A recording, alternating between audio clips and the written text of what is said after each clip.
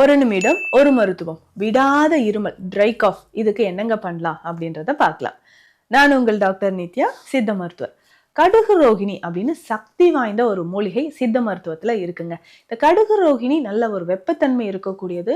நீண்ட நாளா உங்களுக்கு இருக்கக்கூடிய அந்த கபம் சார்ந்த லங் இன்ஃபெக்ஷன், பிராங்கைட்டிஸ் இருக்கு அப்படின்னா கடுகு ரோகிணியை பயன்படுத்தலாம். இதுக்கு சிம்பிளா ஒரு கஷாயம் எப்படி செய்யலான்றத பார்க்கலாம். கடுகு ரோகிணி பொடி 50 கிராம் உங்களுக்கு தேவைப்படும். அதே மாதிரி சுக்கு பொடி 50 கிராம், சீரகம் 30 கிராம் எடுத்துக்கணும். இதனோட முக்கியமாக நம்ம சேர்க்கக்கூடிய ஒரு மூலிகை மிளகு. மிளகு பெரும்பாலும் கபநோய்கள் அனைத்துக்குமே சிறந்தது இல்லைங்களா? இதுவுமே 30 கிராம். இது எல்லாமே பொடி செய்து நம்ம எடுத்து வச்சுக்கணுங்க.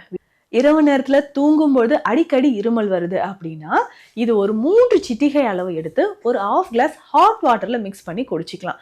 இல்ல ரெகுலராகவே எனக்கு குரல் கம்மல் இருக்குங்க, லங்ஸ்ல ரொம்ப இன்ஃபெக்ஷன் இருக்கு அப்படின்னு சொல்றவங்க வெந்நீர்ல 3 சிட்டிகை அளவு இந்த பொடியை சேர்த்து நம்ம குடிச்சுக்கிட்டே வரலாம். காலை மாலை 2 வேளையும் குடிக்கும்பொழுதும் தீராத நாட்பட்ட இருமலுக்கு இது மருந்தாக இருக்கு.